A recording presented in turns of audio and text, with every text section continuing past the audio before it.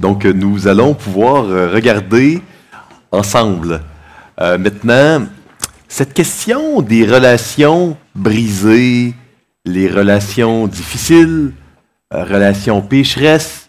Et dans les dernières... Moi, j'ai l'impression, en Amérique du Nord, je ne peux pas dire pour la France ici, mais que depuis environ 5 à 10 ans, cette étiquette ou cette construction de relations toxiques a pris beaucoup d'ampleur. Et moi, j'aimerais en parler avec vous et qu'on puisse essayer de comprendre et de voir, parce que je crois que c'est important. C'est important d'avoir une compréhension qui est sage et qui est biblique, surtout, sur cette question-là. Donc, les relations difficiles et les conflits. Comment identifier si une relation est toxique d'une manière qui est biblique, alors que le mot ne figure pas dans les Écritures? Comment expérimenter la rédemption dans les relations difficiles? Moi, j'entends souvent des gens, et là, pas seulement des Nord-Américains, beaucoup de Français, de Françaises posent la question des limites.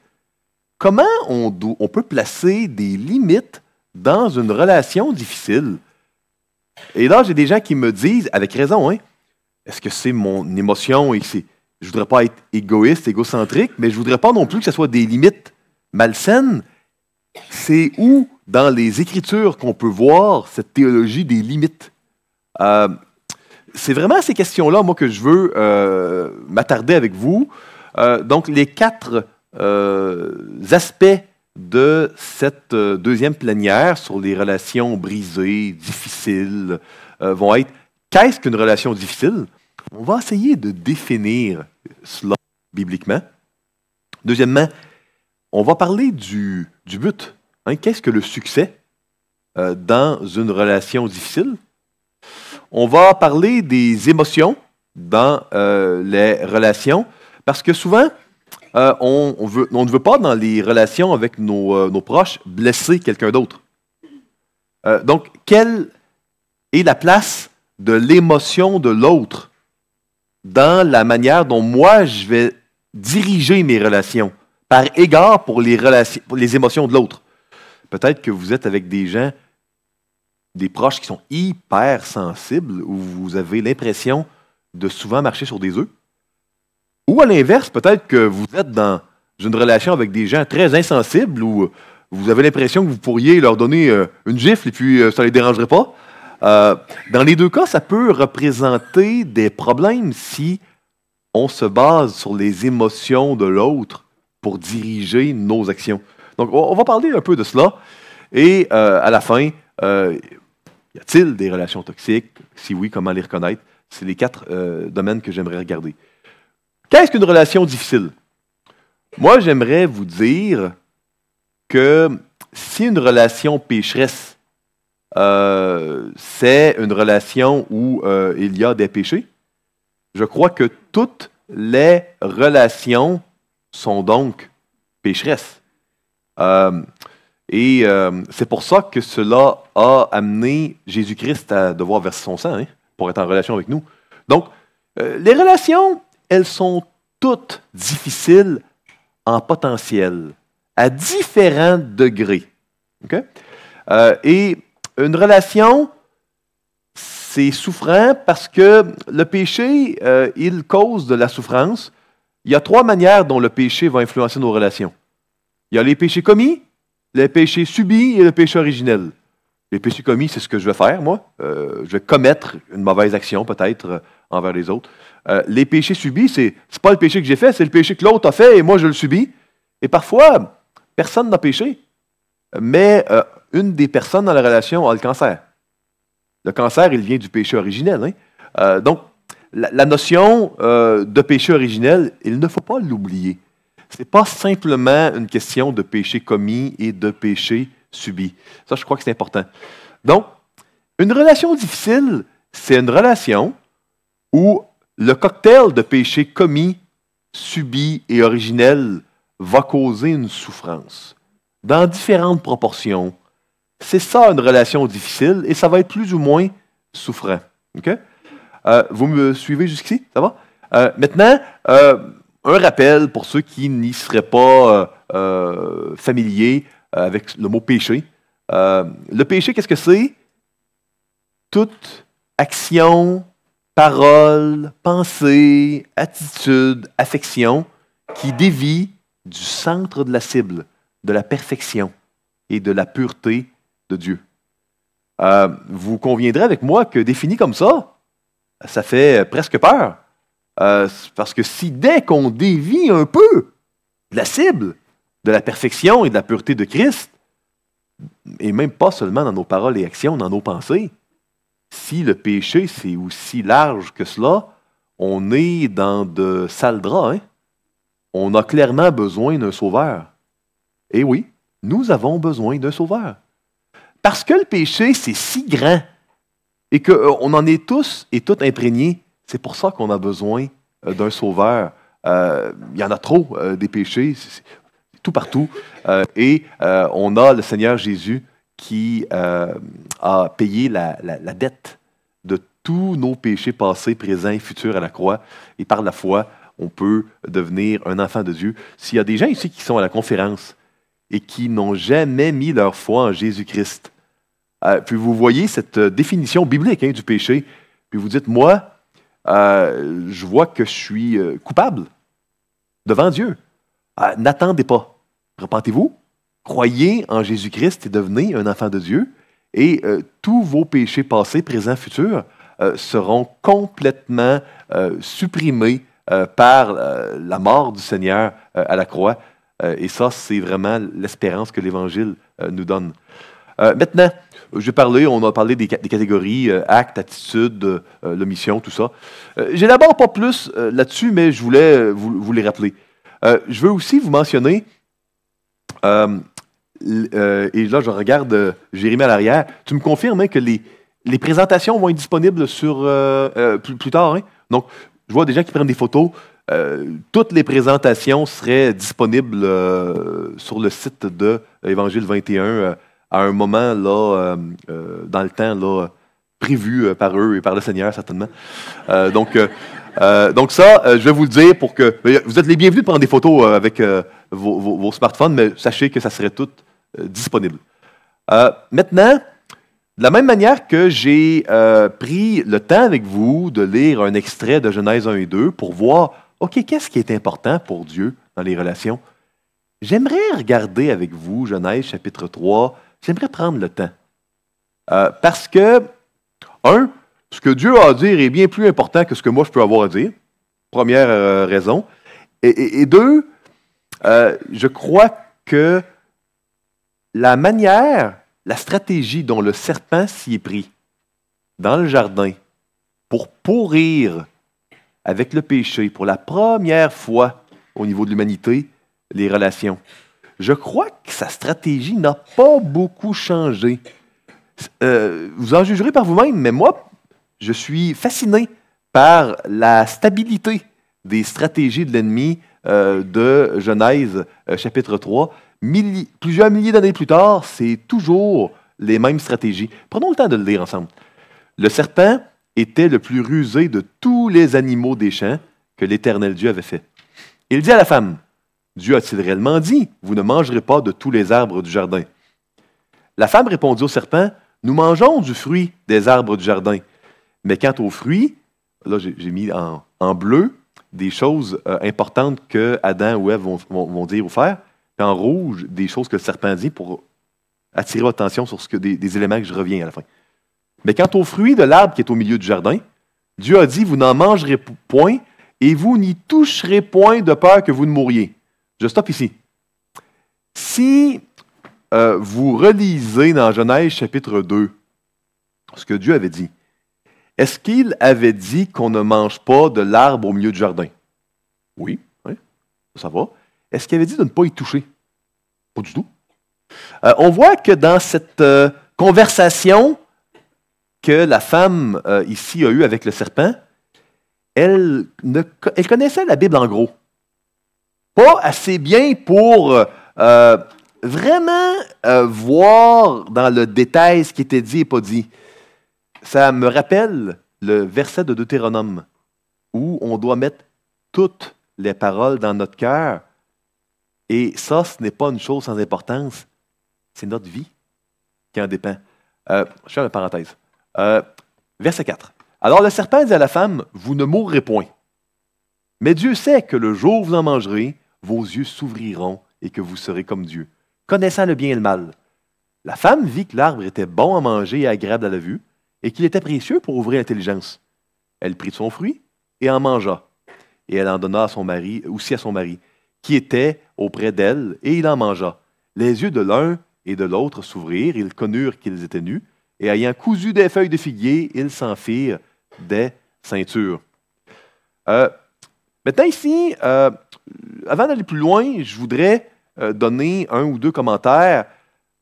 Premièrement, est-ce que vous êtes d'accord avec moi que quand le serpent a dit « Si vous mangez du fruit défendu, vous allez être comme Dieu », est-ce que Adam et Ève étaient déjà avec l'image de Dieu?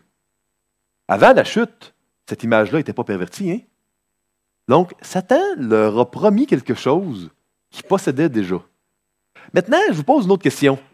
Après avoir mangé du fruit, est-ce qu'elle était encore comme Dieu? Elle avait encore l'image de Dieu, mais il y avait eu une brisure dans l'expression de l'image de Dieu après. Hein? On est d'accord, et le péché a amené une mort spirituelle, une brisure. Hein? Donc, ça veut dire que le serpent a promis à Ève que si elle désobéissait, elle aurait de quoi qu'elle avait déjà, puis dans le fond, ça lui a fait perdre. Vous comprenez un peu? C'est tordu, hein? On voit que les deux autres éléments qu'il a dit, le serpent, retenez bien, hein? Il a dit, tu ne mourras pas. Il a nié le jugement de Dieu. Puis deuxièmement, il a dit, choisis donc le bien et le mal pour toi-même. Hein? Puis elle a vu, le fruit est agréable à la vue, il était précieux pour elle, selon son évaluation, pour ouvrir l'intelligence. Elle en a pris. L'idée de ridiculiser et de nier le jugement de Dieu sur le péché et de choisir le bien et le mal pour soi-même. Vous avez déjà entendu parler de ça? Choisir le bien et le mal pour chaque personne choisit pour soi-même. Ça ne devrait pas être imposé par personne d'autre. C'est offensant de croire qu'il y a une vérité universelle, indépendamment de ce que les gens ressentent. Donc, voyez-vous comment les stratégies du serpent ne sont pas si différentes aujourd'hui dans nos relations à nous. Puis c'est très pertinent pour notre vie, ce texte-là, qui nous est laissé par le Seigneur. Je continue la lecture. Verset 8. Alors ils entendirent la voix de l'Éternel Dieu, ou le son, le mot voix et son, c'est le même en hébreu, qui parcourait le jardin vers le soir. Et l'homme et sa femme se cachèrent loin de la face de l'Éternel Dieu, au milieu des arbres du jardin. Dans les textes qu'on a vus plus tôt, qu'est-ce qu'il y avait au milieu du jardin? Il y avait l'arbre défendu. Où est-ce qu'ils se sont cachés? Au milieu. Ils se sont cachés exactement au même endroit où ils avaient péché, au milieu, là où il y avait l'arbre de la connaissance du bien et du mal. Et c'est également la tendance que nous avons de nous éloigner de Dieu par notre péché et de nous cacher même, comme si c'était possible, hein, de Dieu dans notre péché et d'y rester. Mais l'Éternel Dieu appela l'homme et lui dit, « Où es-tu? » Encore une parenthèse. Est-ce que vous croyez en l'omniscience de Dieu? Est-ce que Dieu sait toute chose? Oui. Pourquoi il demande où il est s'il sait toute chose? Est-ce que vous vous posez des questions dont vous connaissez la réponse, vous? C'est une tentative d'aider Adam et Ève à revenir à Dieu et à comprendre ce qu'ils ont fait. Le Seigneur, dans l'Évangile aussi, hein, va poser des questions dont il connaît la réponse. Le Seigneur est un Dieu bon. Il est un Dieu d'amour. Il nous poursuit avec grâce, d'une manière non méritée et avec amour, pour nous aider à comprendre la folie de l'autodestruction de suivre la voie du serpent. Il n'existe aucun péché qui n'est pas une autodestruction. Le péché détruit l'âme humaine. Vous savez, il n'existe aucun commandement de Dieu qui n'est pas pour notre bien, pour qu'on fleurisse, qu'on s'épanouisse. Aucun commandement de Dieu, qu'on le fait pour Dieu, mais ultimement, on y gagne pas, puis au contraire, on paye la note, puis on aurait, si c'était pas de Dieu, on ne l'aurait pas fait, puis on s'en serait mieux porté. Non. Chaque commandement de Dieu est pour notre bien. Dieu, c'est un peu comme parmi ceux ici qui sont parents de jeunes enfants, vous dites à votre enfant de 5 ans de ne pas traverser la rue seul ou de ne pas rentrer dans la voiture avec un étranger qui lui offre des bonbons. Tout ça, là, c'est pas pour priver la liberté de l'enfant ou le priver de bonbons, c'est pour le protéger, c'est pour son bien. Ben, Dieu est comme ça envers nous. Puis c'est important de s'en rappeler. Dieu veut pas nous enlever des choses, il veut nous en donner. Et Satan va nous mentir par rapport à cela en retournant complètement les choses sans dessus-dessous pour nous faire croire le contraire. Donc, où es-tu? Il répondit, j'ai entendu ta voix dans le jardin et j'ai eu peur, parce que je suis nu et je me suis caché. Et l'Éternel Dieu dit, qui t'a appris que tu es nu? Est-ce que tu as mangé de l'arbre dont je t'avais défendu de manger? Il savait Dieu, hein? Encore une fois, il veut faire réaliser. L'homme répondit, la femme que tu as mise auprès de moi m'a donné de l'arbre et j'en ai mangé. Le premier blâme. Elle n'a pas imité ici. Et l'Éternel Dieu dit à la femme, pourquoi as-tu fait cela? La femme répondit, le serpent m'a séduite et j'en ai mangé. Il y a quelque chose de beau dans ce que je vais vous lire. Suivez bien.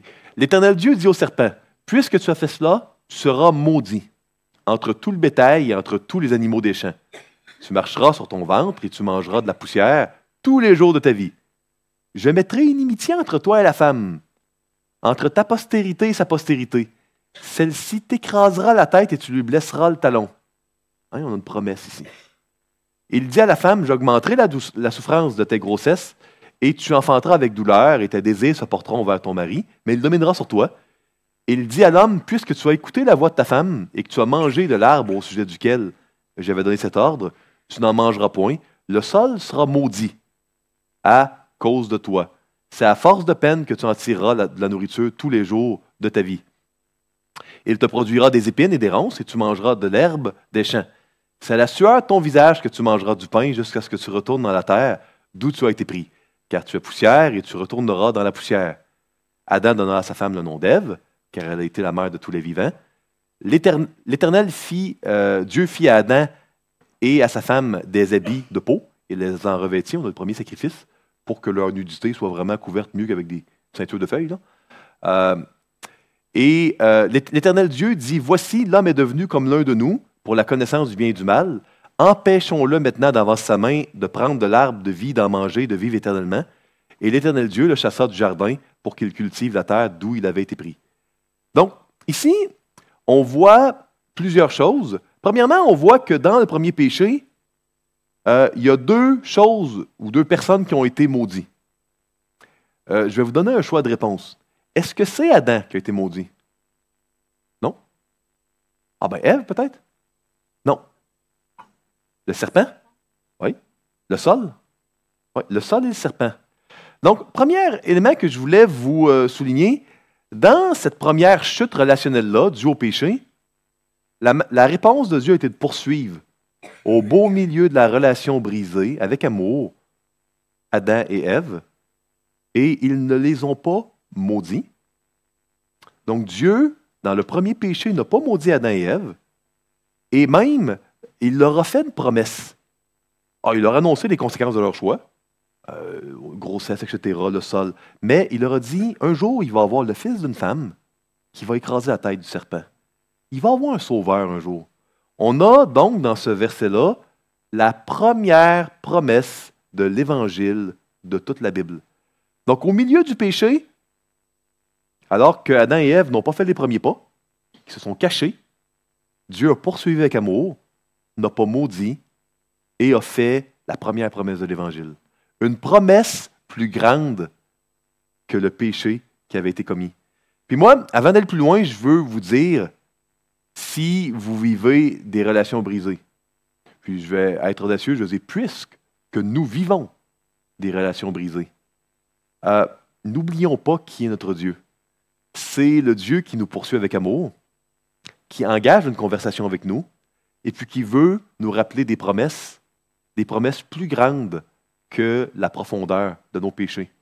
Et puis, la manière de bénéficier de ces promesses-là, c'est d'y croire, puis de faire confiance à Dieu.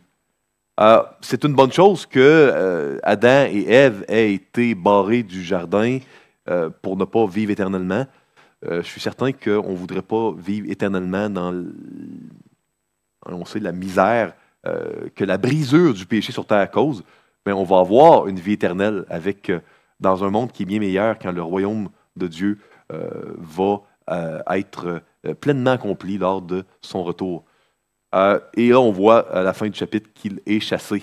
Maintenant, voici quelques éléments à retenir. 1, toutes les relations sont difficiles à différents degrés. Toutes les relations. Parfois, il va y avoir moins de souffrance, on va y être moins sensible, mais parce que toutes les relations sont pécheresses, elles sont toutes relativement difficiles. Excusez-moi. 2, Satan va toujours se servir de toutes sortes de moyens pour nous nier la réalité du jugement, puis la notion de la condamnation du péché. Satan va nous rappeler, va constamment nous dire non, c'est pas grave le péché, c'est pas vrai que ça cause des conséquences.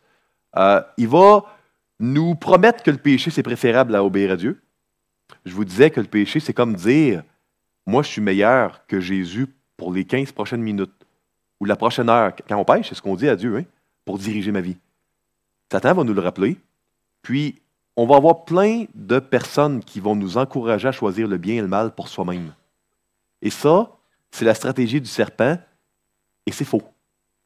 Il existe un bien et un mal universel, absolu, et on n'a pas la capacité de le choisir.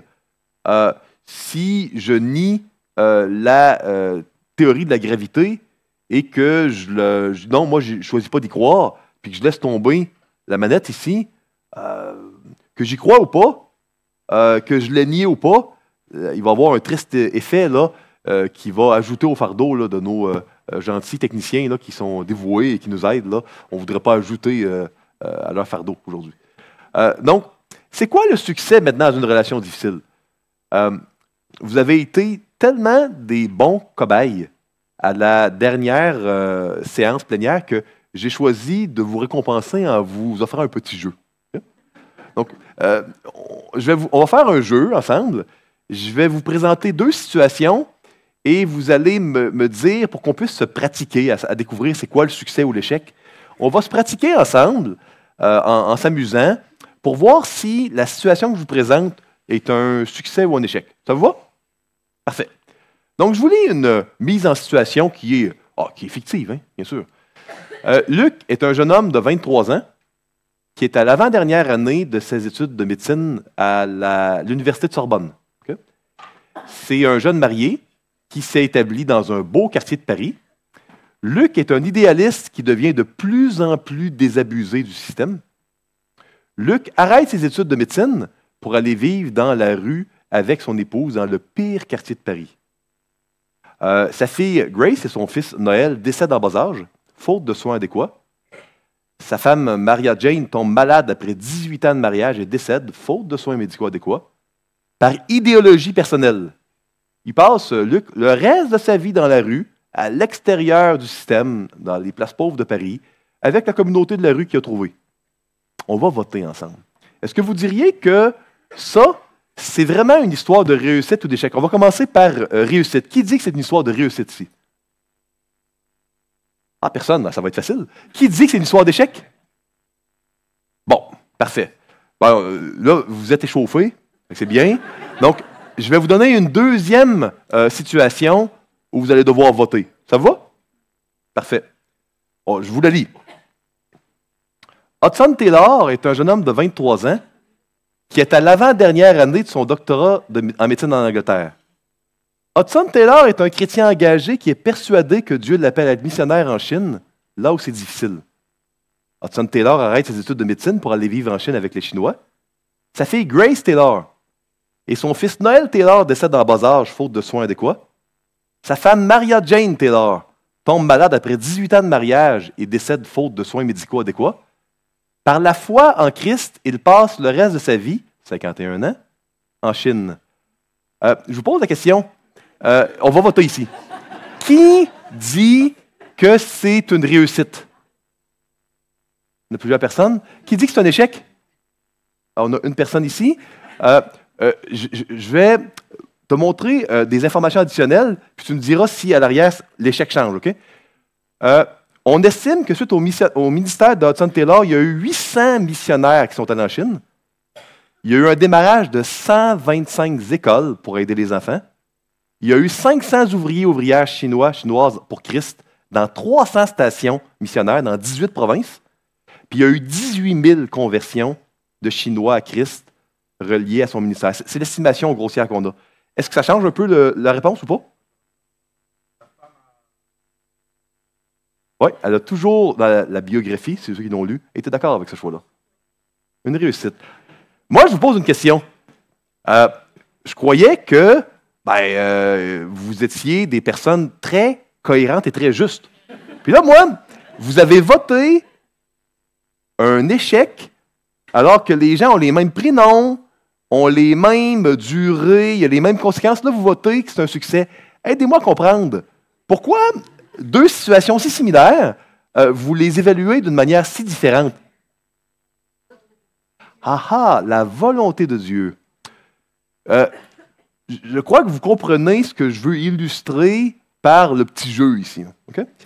Moi, ce que je veux illustrer, c'est que c'est quoi la réussite d'une relation? C'est quoi la réussite d'un mariage? C'est quoi l'échec d'une relation?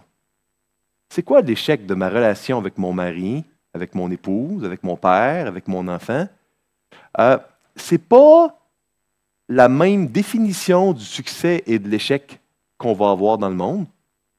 Et surtout, si Christ existe, et on sait qu'il existe, puisque Dieu existe, et qu'il nous appelle à sa gloire, et qu'il est souverain et va transformer les choses difficiles en mosaïque de gloire dans son plan de rédemption pour l'histoire de l'humanité, à ce moment-là, l'interprétation et l'évaluation du succès ou de l'échec est complètement différent.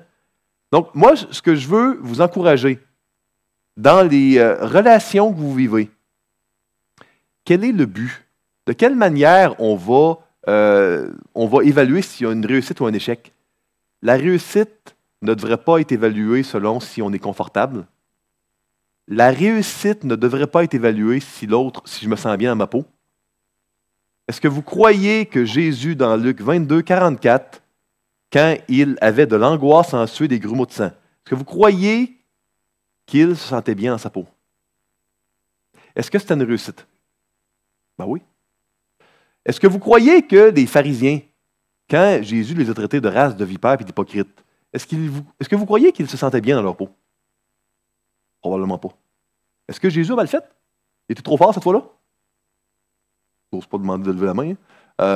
Ceux ici qui croient à l'Évangile vont dire non, il n'a pas été trop loin, parce que Jésus n'a jamais péché. Ça veut dire que ce que la société postmoderne, post-chrétienne, avec ce nouveau Dieu du ressenti personnel et du ressenti de l'autre, est-ce que je suis blessé, est-ce que l'autre est blessé? Ça veut dire que ça, ce n'est pas le standard d'évaluation de Dieu pour savoir si ma relation est réussie ou si elle a échoué. Ça ne veut pas dire qu'on n'a pas de compassion. Jésus en avait. Il a pleuré à Béthanie sur la misère humaine. Ça veut juste dire que tout en ressentant ce que l'autre ressent, en souhaitant le meilleur, ce n'est pas le critère ultime, le compas moral ultime qui va nous dire si on a échoué ou pas. C'est ça que ça veut dire. Je continue. La réussite, c'est toujours de faire la volonté de Dieu. Et c'est ce qui doit passer en premier. Il n'y a pas d'autre compas moral ultime qu'on doit avoir. Maintenant, on a parlé de l'origine de la brisure dans les relations, le péché. On a dit que c'est dans toutes les relations et qu'on ne doit pas nier le jugement de Dieu, on ne doit pas choisir le bien et le mal pour soi. On a mentionné ensuite que le succès ou l'échec, ça dépend de Dieu, puis ce n'est pas le ressenti. Maintenant, j'aimerais vous lire une histoire intéressante, une histoire vraie, qui nous montre comment des compas moraux différents peuvent nuire. Donc, c'est un des derniers repas, le dernier repas, en fait, de Jésus. Là, je vous lis ici. Comme Jésus était à Béthanie, dans la maison de Simon le lépreux, une femme entra pendant qu'il se trouvait à table. Elle tenait un vase d'albâtre qui renfermait un parfum de nard pur de grand prix. Et ayant rompu le vase, elle répandit le parfum sur la tête de Jésus. Quelques-uns exprimèrent entre eux leur indignation. À quoi bon perdre ce parfum? On aurait pu le vendre plus de 300 deniers et le donner aux pauvres. Et ils s'irritaient contre cette femme. Mais Jésus dit, laissez-la. Pourquoi lui faites-vous de la peine? Elle a fait une bonne action à mon égard, car vous avez toujours les pauvres avec vous, et vous pouvez leur faire du bien quand vous voulez, mais vous ne m'avez pas toujours. Elle a fait ce qu'elle a pu. Elle a d'avance embaumé mon corps pour la sépulture. Je vous le dis en vérité, partout la bonne nouvelle sera prêchée dans le monde entier. On racontera aussi en mémoire de cette femme ce qu'elle a fait. Judas Iscariote, l'un des 12, alla vers les principaux sacrificateurs afin de leur livrer Jésus. Après l'avoir entendu, ils furent dans la joie et promirent de lui donner de l'argent. Et Judas cherchait une occasion favorable pour le livrer. C'est intéressant parce qu'ici, ce que cette femme-là a fait a plu à Jésus, mais ça l'a irrité les disciples. Ça les a blessés probablement de voir un si grand gaspille. Mais le compas moral n'était pas les pauvres, même si c'est très important. Ce n'était pas le ressenti des disciples. Ce n'était pas non plus Judas. Judas, ce qui lui a donné de la joie, ce n'était pas le parfum. Ça l'a irrité. C'était de livrer Jésus parce qu'il y a eu de l'argent. Voyez-vous comment l'émotion d'un tiers dans une relation n'est jamais nécessairement alignée avec ce que Jésus, lui, va décréter. On pourrait dire, si on veut, que pour un être humain, si vous vous demandez c'est quoi une idole, on pourrait dire qu'une idole, c'est ce qui prend plus de place que Jésus dans ma vie. On pourrait dire qu'une idole, c'est tout ce qui me donne une identité, une sécurité, une prospérité que je devrais prendre uniquement en Dieu. Je voudrais vous donner une définition additionnelle d'une idole. Une idole, c'est également le compas moral qui va me permettre de dire que quelque chose est bien ou est mal. Ça, c'est une idole. Seul Dieu devrait nous permettre de dire que quelque chose est bien ou est mal. Donc, si, par exemple, vous, ce n'est pas Dieu qui vous permet de déterminer ce qui est bien et mal, c'est perdre de l'argent. Quand on perd de l'argent, c'est mal, puis quand on en gagne, c'est bien. Ça, c'était le compas de Judas. Il a eu de l'argent, il était dans la joie. On a répandu le parfum au lieu de le vendre, il était irrité. Comprenez? Ce n'est pas un bon compas moral. Si c'est l'émotion de mon prochain, quand mon prochain est content, c'est bien. Quand je fais quelque chose dans ma relation qui blesse l'autre, c'est mal. C'est un compas qui peut être aligné avec celui de Jésus par moment, puis par d'autres moments, non. Puis le problème, c'est que si ça devient toujours notre compas moral, on va se mettre à oublier Jésus. Parce que c'est plus facile de se fier à quelqu'un qu'on voit dans une relation qu'à Jésus qui est invisible. Ça peut être mes désirs. Certes, notre société nous encourage à être tellement centrés sur nous en Occident que nos désirs, ça devient hypocrite de ne pas suivre ses désirs. Ne va pas à l'église si tu n'as pas le goût, c'est hypocrite. Ne lis pas ta Bible si tu n'as pas le goût, c'est hypocrite. Ne pardonne surtout pas à ta femme ou à ton mari si tu n'en as pas envie, il ne faudra pas être hypocrite. Et on utilise le mot hypocrite pour désigner quelqu'un qui ne suit plus ses émotions, ses désirs. Mais ce n'est pas biblique, ça. L'hypocrisie, c'est d'être perfide et puis d'avoir un faux agenda. Dieu nous enseigne à mortifier nos désirs et puis à suivre Dieu, même si nos désirs ne sont pas alignés. Peut-être que votre compas moral, c'est plus noble, plus sophistiqué, que c'est la diminution des souffrances du prochain. Ce n'était pas celui de Jésus, dans les versets qu'on a vus. Si vous lisez l'Évangile de Marc au chapitre 6, verset 31, vous allez voir un autre exemple de plus où Jésus a dit à ses disciples, on va aller au désert, laissez les gens malades, les gens qui ont des besoins, mais ce n'est pas la volonté de Dieu présentement. On va aller au désert. Peut-être que c'est votre individualité. Tout ce qui va vous amener à ne plus être assez différent des autres va être quelque chose qui va être mal. En Amérique du Nord, l'individualité, c'est une religion. On lui rend un culte. Quand on protège quelque chose, qu'on révère et qu'on chérit quelque chose, ben, c'est un culte. L'individualité peut être un culte. Je me souviens de quelqu'un qui disait, moi, je ne veux pas me faire baptiser. Je crois en Jésus, mais je ne voudrais pas m'abaisser. J'y perdrais mon individualité. Ben, c'est comme tout. J'aurais voulu s'il existait un baptême, mais à mon image. Je ne voudrais pas faire de quoi comme tout le monde. Peut-être que c'est votre santé. Ce qui va nuire à votre santé, c'est mal. Sinon, c'est bien. Peut-être que c'est l'écologie. C'est des bonnes choses, hein, la santé, l'écologie. On doit être des bons intendants de la planète, on l'a mentionné. Hein? Mais ce qui va nuire à l'écologie va être mal. Vous savez, peut-être que il y a des compas moraux de notre société qui peuvent subtilement prendre de la place dans notre cœur sans qu'on s'en aperçoive. Peut-être que ça peut être la croyance populaire, la mode, ce que les gens pensent. Puis moi, ça peut être la justice sociale, c'est des bonnes choses. Peut-être que ça peut être la justice personnelle, la vengeance pour rectifier un tort. Puis des gens qui vont dire de ne pas me venger, ils font mal. Parce que je suis en croisade pour une justice quelconque. Et moi, je crois que dans le postmodernisme, présentement, ce qui est très à la mode, c'est la notion d'exprimer ce qu'on ressent et être affirmé, être confirmé. C'est en Amérique du Nord, au Canada, c'est mal si quelqu'un exprime ce qu'il ressent et qu'on a un décalage d'opinion et qu'on dit non, ça je crois que c'est péché ou que c'est mal. Ça, c'est vraiment si quelqu'un exprime un ressenti et qu'on n'est pas en train d'affirmer ou de confirmer une opinion homogène, similaire, ça, dans le nouveau compas moral du postmodernisme, c'est rendu mal, ça. Et si on dit la même chose, là, c'est bien. C'est bien et c'est aimant. Sinon, c'est mal et c'est pas aimant. Et moi, ce que je peux vous dire, c'est que les compas moraux que le serpent va vous proposer, ils vont changer avec les années. Dans 10 ans, ça va être autre chose. Puis, c'est très important dans nos relations d'avoir l'unique compas moral de la parole de Dieu. C'est la Bible, c'est ce que Dieu dit qui doit nous amener à déterminer ce qui est bien et ce qui est mal. Pas le système à la mode, la nouvelle religion à la mode. Et ce qui est dangereux de ces choses-là, c'est que ce n'est même pas des religions assumées. Donc, ça peut plus facilement s'infiltrer dans nos cœurs. Mais le Seigneur, il veut renouveler notre intelligence afin qu'on discerne quelle est la volonté de Dieu.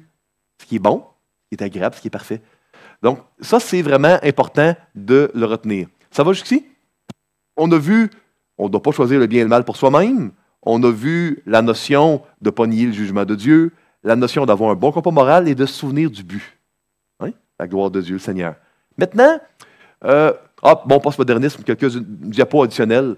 Pas de vérité universelle absolue qui est indépendante. Ça, c'est ce que le compas à la mode va nous dire. Le but de la vie sur Terre, c'est sa capacité de ressentir, d'être entendu, d'être reconnu, d'être affirmé. C'est le but sur la Terre. L'accomplissement de notre vie, c'est quand on peut exprimer ce qu'on ressent et être affirmé. Qui on est? Dans la nouvelle religion postmoderne, notre identité réside dans notre ressenti. Donc, puisque ressentir, c'est exister, ce que je ressens devient mon identité. Ça, c'est vraiment ce qui est dans le nouveau système de valeurs. Ça va changer. Il va y avoir d'autres choses décalées du système de valeurs de Dieu. On va dire que le problème, maintenant, n'est jamais dans ce que je ressens, mais dans comment les autres m'amènent à ressentir des émotions. On va dire que les institutions, ils doivent servir les individus en leur permettant de bien se sentir, puis en leur donnant la capacité d'exprimer leurs émotions. Ça, c'est ce que la nouvelle religion va enseigner. Ça devient un problème, certainement, pour le temple qu'on est supposé garder dans nos relations, puis servir, qui est l'Église. Parce qu'évidemment, parfois, nos émotions, on doit les mortifier, on doit s'en repentir. Les témoignages personnels deviennent plus importants puisque c'est ressenti que l'autorité de la Bible. La vérité se trouve donc dans le droit de ressentir et d'être affirmé, d'être confirmé. Donc ça, je crois que c'est assez similaire en Europe. C'est certainement le système de valeurs à la mode en Amérique du Nord présentement. Je crois, c'est présent en Europe aussi, hein, à différents degrés, oui. Je crois que oui. Bon. Donc ça ici, et là, l'histoire devient moins intéressante parce que parfois l'histoire, parler de vérités qui sont déjà produites peuvent nous amener à se sentir de toutes sortes de manières. On parle du si ressentir, c'est exister, puis c'est qui on est, ben, comme on ressent des choses sexuelles, ça devient également, ça aussi, une identité très forte. Donc, ça vient, je crois, de là, et c'est très cohérent, cette notion-là ici, avec le compas postmoderne. Maintenant, je vais vous parler de toxicité, de relations toxiques. On a parlé de compas moraux. Fait que ce que vous avez à retenir de la discussion des compas moraux, là, c'est dans une relation brisée, et elles le sont toutes, on doit se servir du compas de la parole. Ça ne veut pas dire de nier, puis de ne pas avoir de compassion, puis de... C'est pas ça, hein? Souvent, quand on s'attaque aux compas moraux du postmodernisme, toute attaque à ce compas moral-là, même biblique, se fait étiqueter de manquer d'amour et de manquer de compassion. Je ne dis pas de manquer de compassion, de manquer d'amour, je dis simplement que ça ne doit pas être le compas moral, vous comprenez? Maintenant, qu'est-ce qu'une relation toxique? C'est une relation qui cause un dommage. Et là, on a dit que toutes les relations sont pécheresses, puis il y a des dommages ressentis ou non. Maintenant, bien sûr, il pourrait y avoir dans une relation des péchés ou des paroles qui causent un danger.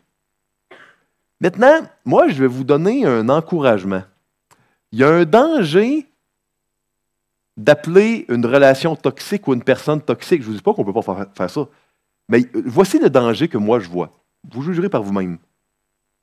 Moi, je n'ai pas de problème de dire que dans une relation, à un moment donné, il y a des grands dangers, on peut l'appeler des actes toxiques, et qu'on doit vraiment prendre une distance. Pas de problème.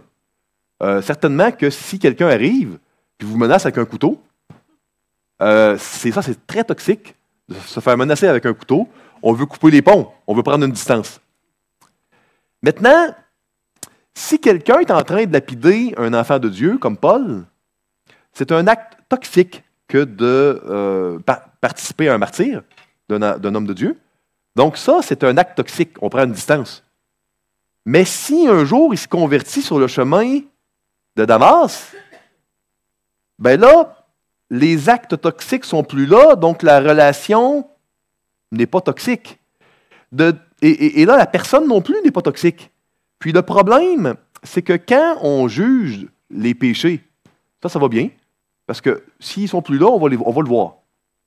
Si on se met à mettre une étiquette, pas au péché qui rend une relation toxique, mais à la relation, c'est très rare qu'un ingrédient qui est toxique un jour ne devient plus le gâteau. S'il est toxique hier, il va l'être aujourd'hui.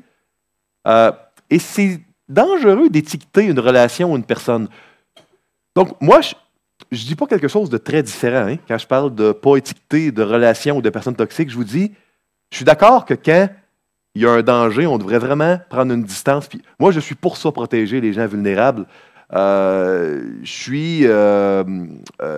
Moi, dans mes suivis de counseling biblique, j'ai eu l'opportunité, tristement, hein, d'appeler la police à quelques reprises au Canada. Moi, je suis à 100% dans la notion de prévention des dangers, etc. Donc, je n'ai pas de problème là-dedans. Ici, le point que je veux vous dire, il est théologique et il est précis.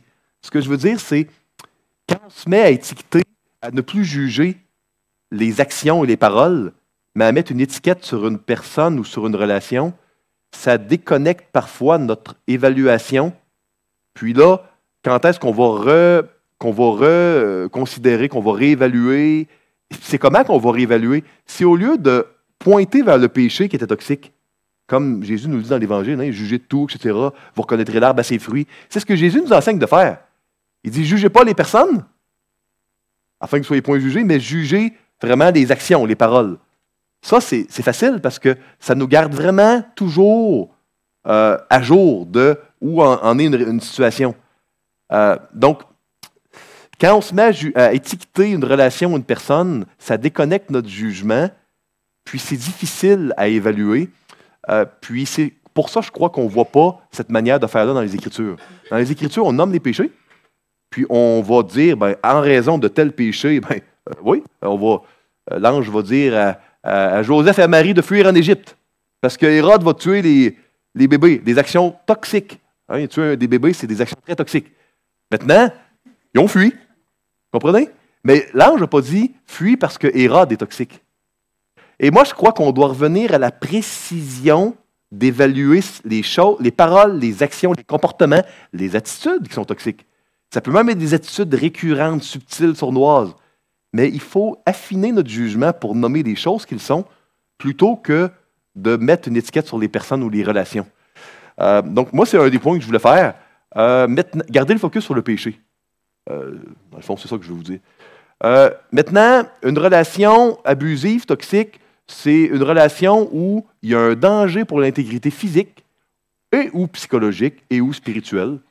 Donc, pour moi, dès qu'il y a un danger pour l'intégrité physique et ou psychologique et ou spirituelle, en raison de ces péchés-là, oui, effectivement, le Seigneur nous enseigne que parfois, il faut faire comme Marie et Joseph, puis il faut... vous savez, on voit que Jean nous dit dans son épître de prendre une distance avec Diotrephe. On a Paul qui avertit que Alexandre le forgeron lui a fait beaucoup de mal. Il y a dans la Bible une théologie où on n'est pas appelé là, à se jeter dans la souffrance et puis à aller vraiment de l'avant là, vers la persécution. Vous savez, quand dans Daniel au chapitre 3, Nebuchadnezzar a fait une statue d'or dans la vallée du Rat, puis tout le monde devait l'adorer, sinon il était jeté vivant dans une fournaise. Vous savez, Shadrach, Meshach, Abednego, oui, ils ne sont pas agenouillés.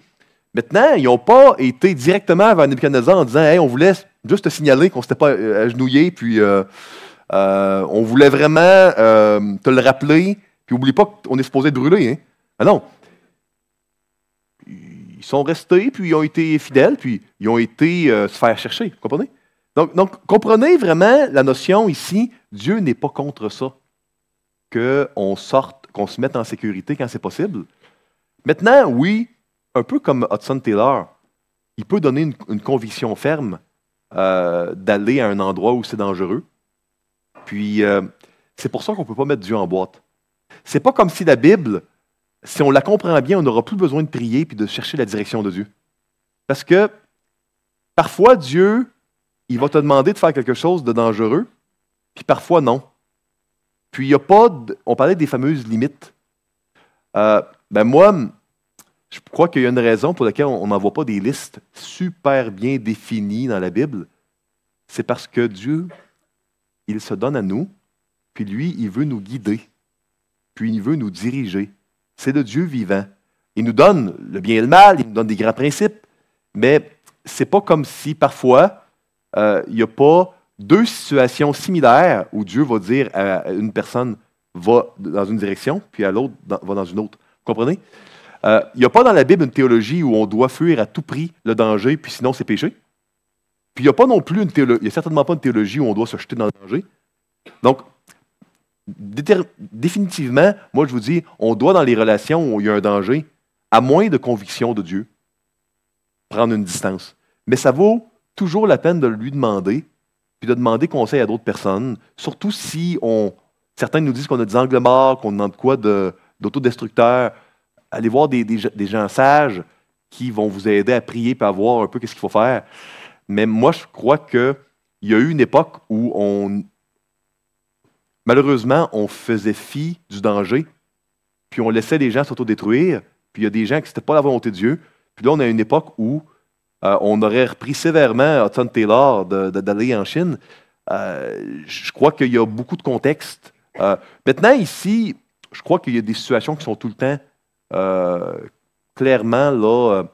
Je ne crois pas qu'il y a de situation où on se fait menacer là, sur la rue, puis on est supposé rester là. Je crois il y a des situations d'abus sexuels. Il y a toutes sortes de situations où je crois c'est assez facile. Dans ce cas-ci, il faut toujours fuir. Mais il y a des situations où c'est pas clair, où c'est pas à couper au couteau. Donc, il y a des situations qui sont claires, puis il y en a qui le sont moins. Et on a besoin de la sagesse de Dieu à cet égard-là. Maintenant, quand on veut savoir si on doit fuir une relation, on doit prier, mais il y a aussi deux variables qu'on doit considérer. On doit considérer la nature des péchés dans la relation, mais aussi la résilience de la personne. Parce que il y a des gens pour qui se faire crier après, ça ne les dérange pas beaucoup. C'est péché. Mais ils perdront pas le sommeil pour ça, puis leur appétit ne diminuera pas non plus. Il y a des gens pour qui, si on crie, ils n'endormiront pas, ils vont faire une crise de panique, ils vont souffrir d'une manière que seuls ceux qui ont des troubles anxieux sévères peuvent réaliser, que les autres ne peuvent pas réaliser le degré de souffrance qu'ils vont avoir. Ça va avoir un impact important. Le péché, pourtant, peut avoir été commis par la même personne, d'avoir crié après, d'avoir parlé trop durement, puis il va avoir un dommage important à un endroit, puis peu important à l'autre. Donc, comprenez-vous que ce n'est pas seulement une question du péché de la personne qui est trop dure, il y a la notion de fragilité puis de résilience. Est-ce que vous comprenez? Puis ça, c'est vraiment important à considérer. Il y a plusieurs variables à considérer dans la notion des relations toxiques. Maintenant, on doit être prudent avec les gens. Comme Église, on doit vraiment être sensible avec les gens qui sont des personnes vulnérables dans un domaine ou dans un autre. Jésus nous l'enseigne. Regardez. Mais si quelqu'un scandalisait un de ses petits qui croit en moi, il vaudrait mieux qu'on le suspende à son cou. Il vaudrait mieux pour lui qu'on suspende à son cou une meule de moulin et qu'on le jette au fond de la mer. Malheur au monde à cause des scandales, car il est nécessaire qu'il arrive des scandales, mais malheur à l'homme par qui le scandale arrive. Maintenant, je vais vous donner un sommaire. Attention, donc, premièrement, c'est important de mettre hors de danger, et protéger les personnes vulnérables. Ça, c'est important. Dieu peut, des fois, changer un peu les cartes. Il faut lui demander, mais ça, c'est une des conclusions que je veux qu'on tire ici. On doit être prudent de ne pas se mettre à haïr son prochain. Parce que premièrement, on devrait haïr le péché. Puis, on n'a pas besoin de haïr la personne qui commet un péché pour mettre quelqu'un en sécurité puis bien réagir. Donc, ça, je crois que c'est vraiment important, puis que la culture va nous encourager vraiment à être remplis de haine envers ceux qui causent de la souffrance. Moi, je crois qu'on doit être rempli de compassion et de diligence pour les victimes de souffrance, mais qu'on ne devrait pas avoir de la haine. On peut avoir de la compassion, puis être diligent, puis protégé, sans être haineux. Ça, je crois que c'est vraiment important. Jésus nous le montre dans l'Évangile. Ne pas décourager la rédemption dans un mariage, quand c'est possible. Vous savez, il y a eu une époque où, malheureusement, il y a des choses dans les mariages qui ne devraient pas être tolérées, qui étaient banalisées, minimisées. Et puis, on est peut-être dans un autre côté du spectre où, parfois, moi, j'ai rencontré des couples. J'ai un couple en tête en particulier en Amérique du Nord où les gens n'avaient jamais eu l'idée.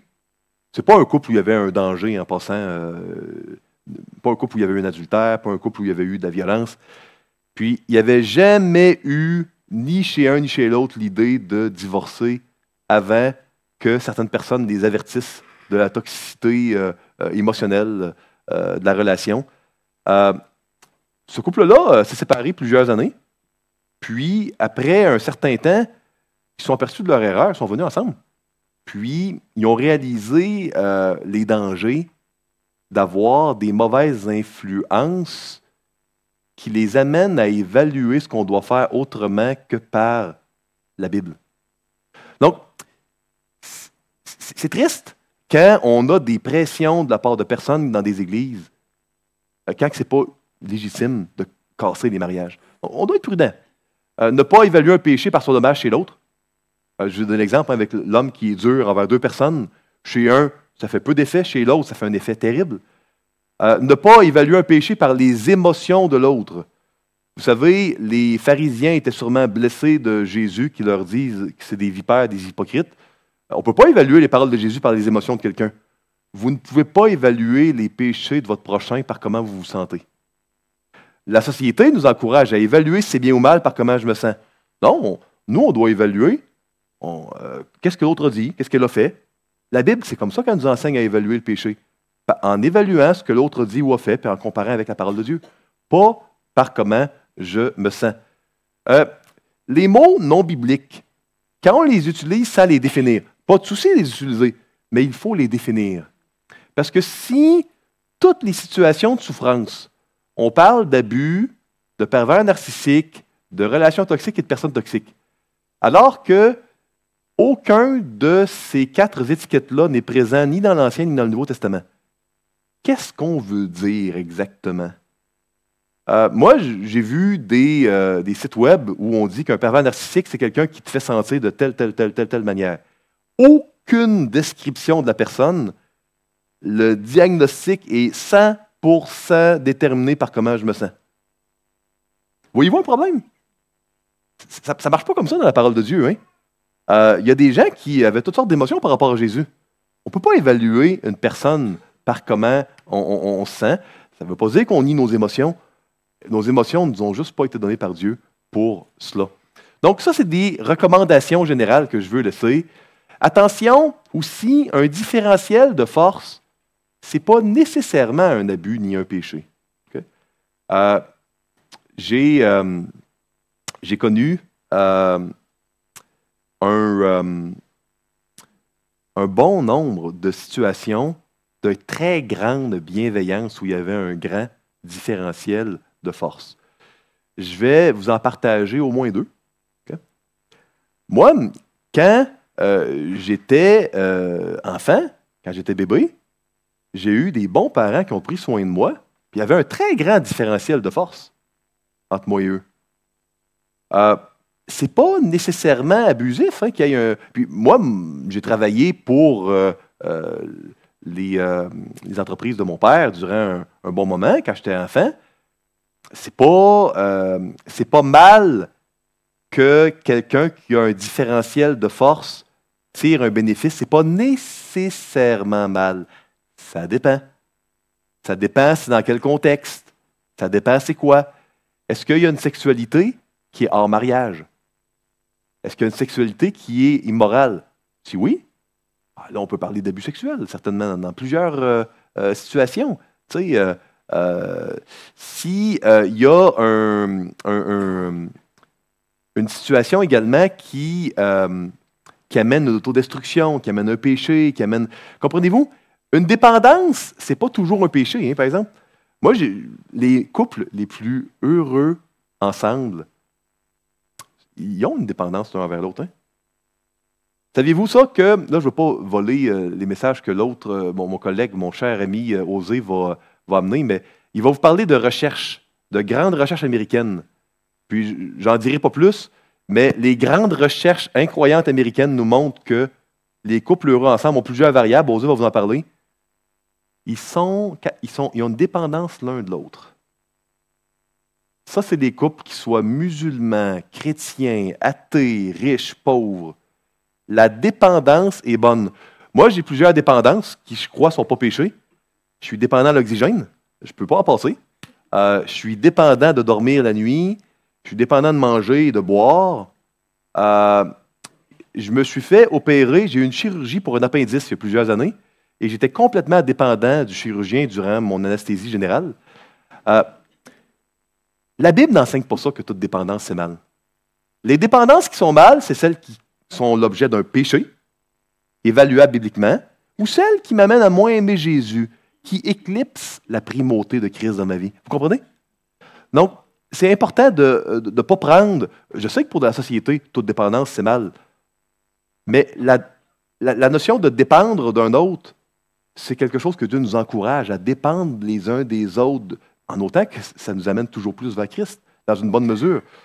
Donc, on doit être prudent quand il y a un bénéfice secondaire, c'est sûr qu'il va y avoir plus de péché dans le cadre de bénéfices que quand il n'y en a pas, habituellement. Mais, on doit être prudent. Est-ce qu'il y a un bénéfice qui est abusif ou pas? Il faut le considérer. Oui, effectivement, s'il y a un abus, il va y avoir un différentiel de force, nécessairement. Donc, dans tous les abus, il y a un différentiel de force. Mais il n'y a pas nécessairement toujours un abus dans tous les différentiels. Vous comprenez? Tous les abus, c'est fait par quelqu'un de plus fort envers un moins fort. Mais toutes les situations où on a quelqu'un de plus fort ou moins fort, il n'y a pas nécessairement des abus. Vous comprenez? Puis, c'est de tenir ça en compte. Attention à la victimisation. de penser quand on est souffrant par rapport au péché d'un autre que soudainement, on est moins pécheur, on mérite moins l'enfer éternel si ce n'était pas du sacrifice de Jésus, qu'on a moins besoin du Seigneur, qu'on devrait exiger plus des autres, qu'on a moins besoin d'aimer les autres. Cette notion-là de droit particulier quand on souffre, c'est vraiment du poison qui détruit l'âme humaine. Les gens qui goûtent à ça, malheureusement, sont de plus en plus malheureux. L'effet Rosenthal, je n'aurai pas le temps d'en parler parce que le temps passe, mais c'est l'influence pour ceux parmi vous qui sont en position d'autorité que votre compréhension et que votre théologie va avoir sur les autres autour de vous. Et on est très influençable dans les relations et puis on doit être vraiment prudent d'avoir une vision de soi-même et des autres qui est biblique. Victimisation, j'en ai parlé un petit peu. Droit de ne pas pardonner, droit d'exiger des choses, d'être centré sur soi, etc.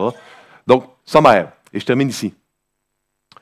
Ce que j'aimerais que vous reteniez, c'est que c'est beaucoup plus complexe et nuancé qu'une équation binaire, là où c'est 1 ou 0, la notion de relation brisée.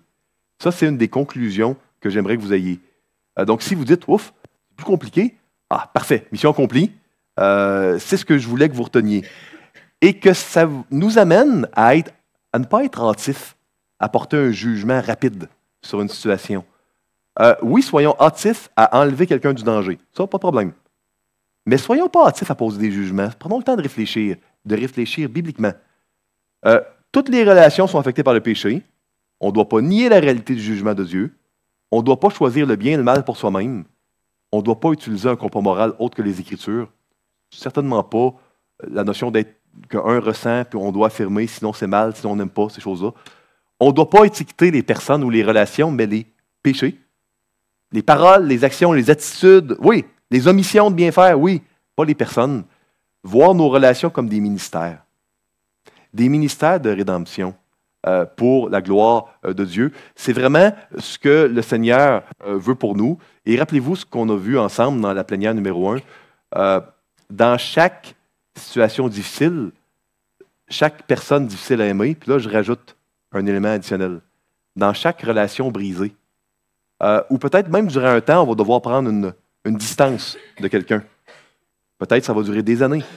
Moi, j'ai rencontré plusieurs personnes qui ont dû mettre une distance avec leurs parents, une fois adultes, et que tout semble montrer que c'était parfaitement sage et que ça aurait été même une erreur de ne pas le faire dans l'évaluation qui avait été faite. Mais dans toutes ces situations-là, même dans des situations où on n'a plus aucun lien avec une relation avec qui on a eu dans le passé, on doit aimer. Peut-être que notre amour va se limiter s'il n'y a plus de lien avec prier pour la personne, dans la manière dont on va en parler aux autres. Mais que le Seigneur nous amène à être comme Jésus, parce que dans les situations de péché, dans les situations de difficulté, quand on aime à cause de Jésus, Dieu transforme notre cœur, puis nous amène à être plus semblable à lui, puis à accomplir ce pourquoi on existe, refléter son image. Prions, s'il vous plaît.